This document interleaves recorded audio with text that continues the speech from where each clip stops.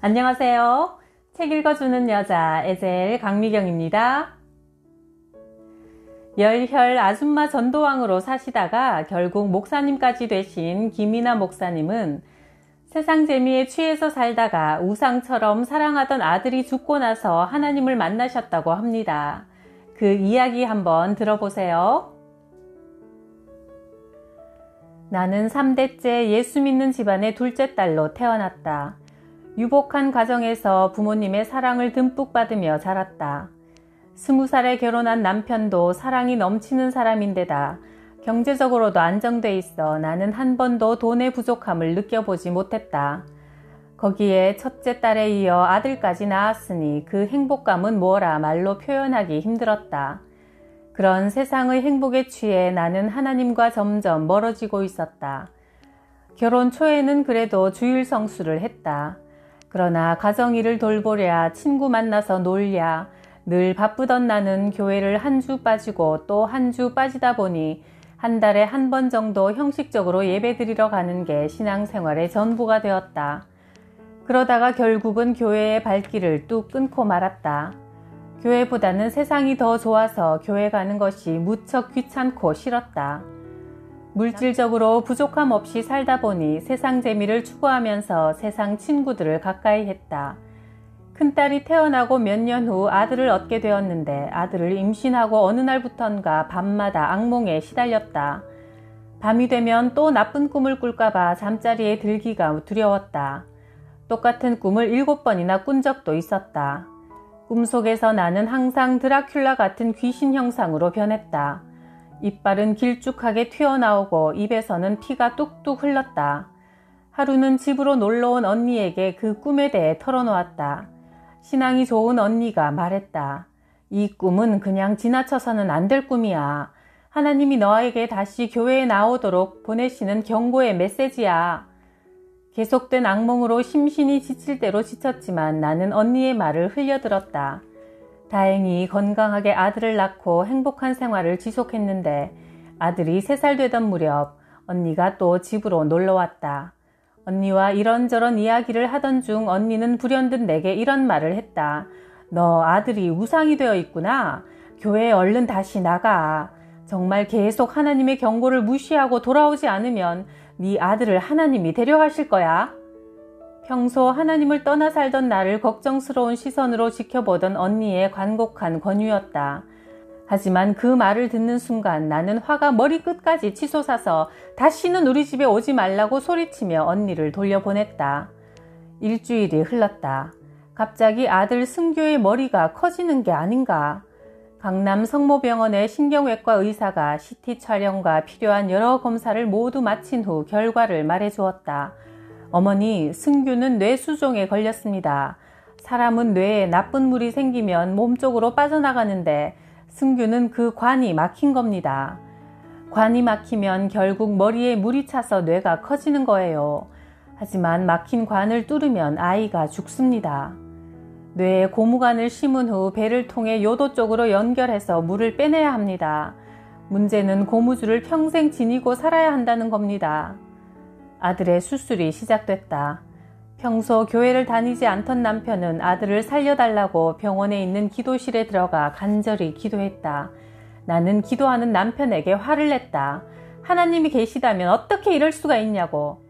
내게 이런 시련을 주는 하나님을 절대 용서하지 않을 거라고. 끝까지 하나님에 대한 비난만 쏟아냈다. 긴 수술 끝에 승규는 중환자실로 옮겨졌다. 아들의 피부 안에 핏줄처럼 노란 고무줄이 목 뒤부터 배까지 연결되어 있는 것이 훤히 비쳤다. 그 모습을 보니 얼마나 가슴이 아픈지 숨조차 쉴 수 없었다. 아무리 몸부림치며 울어도 가슴에 맺힌 엉어리가 가라앉지를 않았다. 수술 후 보름째 승규의 머리가 다시 커졌다. 수술한 고무줄이 너무 굵어서 얼른 좁은 고무줄로 교체하는 수술을 다시 해야 할 것 같습니다. 의사의 말에 따라 2차 수술을 했다. 그러나 한 달이 지나 아들의 온 몸은 하얀 시트로 덮였다. 의사가 아들의 죽음을 알렸다. 하얀 시트를 걷어내자 창백한 아들의 얼굴이 또렷하게 시야에 들어왔다. 나는 그제야 하나님 앞에 무릎을 꿇었다. 나도 모르게 기도가 나왔다. 하나님, 우리 아들 천국 가게 해주세요. 내가 하나님께 무릎을 꿇다니 하나님이 원망스러워 절대 믿지 않겠노라 소리치던 나였다. 하지만 아들이 죽는 순간 내 안의 교만이 한순간에 무너져 내렸다. 한없이 터져나오는 울음을 참기 위해 손으로 입을 틀어막았다. 다음 날 금촌 기독교 묘지에 아들을 안장했다.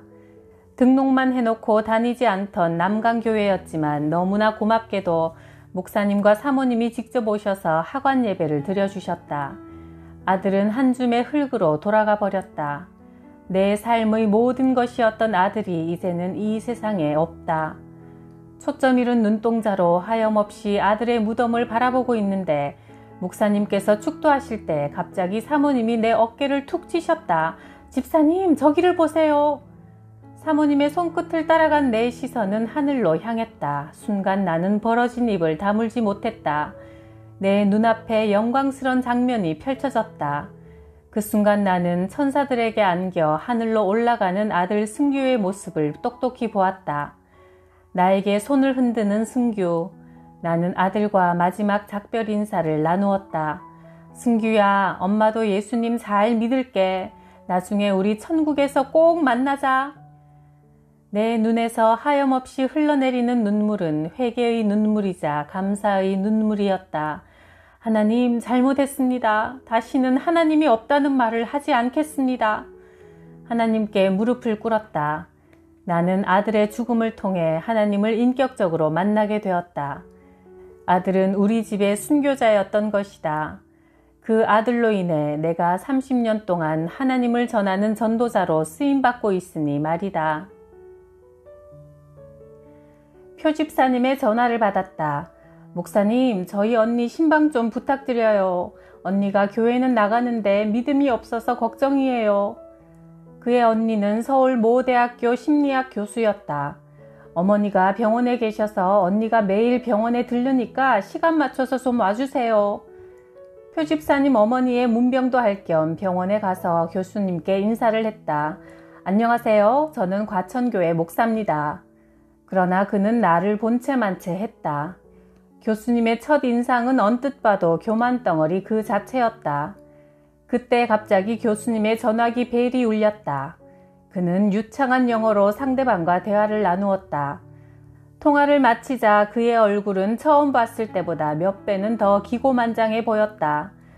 마음은 안 내켰지만 하나님이 나를 이분께 보내신 데는 다 이유가 있겠지 생각하고 복음을 담대히 전하고 돌아왔다. 3년이 지난 어느 날 표집사님에게서 다시 전화가 왔다. 목사님, 언니가 급성 백혈병에 걸렸어요. 앞으로 한 달밖에 못 산대요. 항암 치료를 받고 집으로 돌아왔는데 목사님을 너무 뵙고 싶어 해요. 염치 없지만 신방 부탁드려요. 교수님의 집에 도착하니 이미 많은 동료 교수들이 문병을 와 있었다. 교수님, 손님이 많네요. 기다릴 테니 천천히 말씀 나누세요. 아닙니다, 목사님. 빨리 방으로 들어오세요. 그렇지 않아도 목사님을 이제나 저제나 기다리던 중이었습니다. 그분은 다른 사람 다 제쳐두고 나를 먼저 보고 싶어 했다. 방으로 들어가 보니 그분은 예전에 내가 만났던 교수님의 모습이 아니었다. 세상에서 제일 잘난 듯 교만했던 모습은 온데간데 없고 수척한 얼굴의 중년 여인이 그 자리에 있을 뿐이었다. 그의 마음을 위로하면서 눈물로 기도드리자 그는 눈물을 함께 흘리며 내게 고백했다. 목사님, 저는 심리학 교수로 30년간 학생들을 가르쳐 왔습니다. 죽음에 대한 학과를 개설해서 제자들에게 죽음은 두려워할 대상이 아니며 죽음이 오면 멋있게 맞이하라는 이야기도 했습니다. 하지만 병원에서 한 달밖에 못 산다는 이야기를 듣고 나니 왜 이렇게 공허하고 초조한지 모르겠습니다. 불안해서 잠을 이루지 못하겠습니다. 그는 하염없이 눈물을 흘렸다. 교수님, 인간은 하나님의 피조물입니다. 그렇기 때문에 창조주 하나님과 함께 할 때만 공허하지 않습니다. 이제 모든 것을 하나님께 맡기십시오. 그러면 하나님께서 평안을 주실 겁니다. 내 말에 그는 고개를 끄덕였다. 세례를 받고 싶다고 하여 먼저 예배를 드리자고 하니 그가 쓰고 있던 모자를 벗으며 이렇게 말했다. 목사님, 사실은 제가 교회를 30년 넘게 다녔지만 맨 뒷자리에 앉아서 건성으로 예배만 드리고 돌아왔습니다. 그런데 이제 가만히 생각해 보니 한 번도 하나님께 예배다운 예배를 드리지 못한 것 같습니다. 오늘 처음으로 하나님께 진짜 예배를 드리는데 어떻게 모자를 쓰고 드리겠습니까? 모자를 벗은 그의 머리는 항암 치료로 머리카락이 거의 빠지고 듬성듬성 몇 가닥만 남아 있었다. 그러나 그날의 예배가 얼마나 고귀하고 아름다웠는지 모른다. 그렇게 예배를 드린 얼마 후 표집사님으로부터 연락이 왔다. 언니가 오늘 밤을 넘기지 못할 것 같아요. 언니가 목사님을 너무 보고 싶어 해요. 중환자실로 달려가니 그의 입에는 산소 호흡기가 물려져 있었고 얼굴빛은 너무나 창백해서 푸른 빛을 띌 정도였다. 하지만 표정만은 평안해 보였다. 교수님, 아직도 공허하고 불안하세요? 말을 못하는 그분은 종이에 연필로 글을 써서 대답을 대신했다. 행복해요. 저를 위해서 기도해 주세요. 나는 그분의 손을 잡고 찬송을 부르기 시작했다. 예수로 나의 구주 삼고 성령과 피로써 거듭나니 이 세상에서 내 영혼이 하늘의 영광 누리도다. 그분은 고개를 끄덕이며 하염없이 눈물을 흘렸다. 길이요 진리요 생명 되신 예수님의 손을 꼭 붙드세요. 예수님이 교수님을 천국까지 인도하실 겁니다. 교수님은 손가락으로 아멘이라고 대답했다. 그 모습을 보면서 나는 참 진리를 다시 한번 깨달았다. 그는 학교의 학장과 교수로 오랜 세월 일하면서 수많은 제자를 배출하고 명예와 물질 어느 것도 부족함 없이 살아왔다. 하지만 죽음 앞에서 그런 것들은 전혀 도움이 되질 않았다. 그가 마지막 가는 길에는 오직 길이요 진리요 생명이신 예수님만이 함께 하셨다. 그날 저녁 그분은 하나님 품에 안겼다.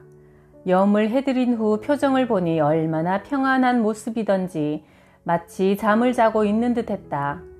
발인 예배를 드리면서 나는 참석한 많은 동료 교수와 가족을 향해 이런 설교를 했다.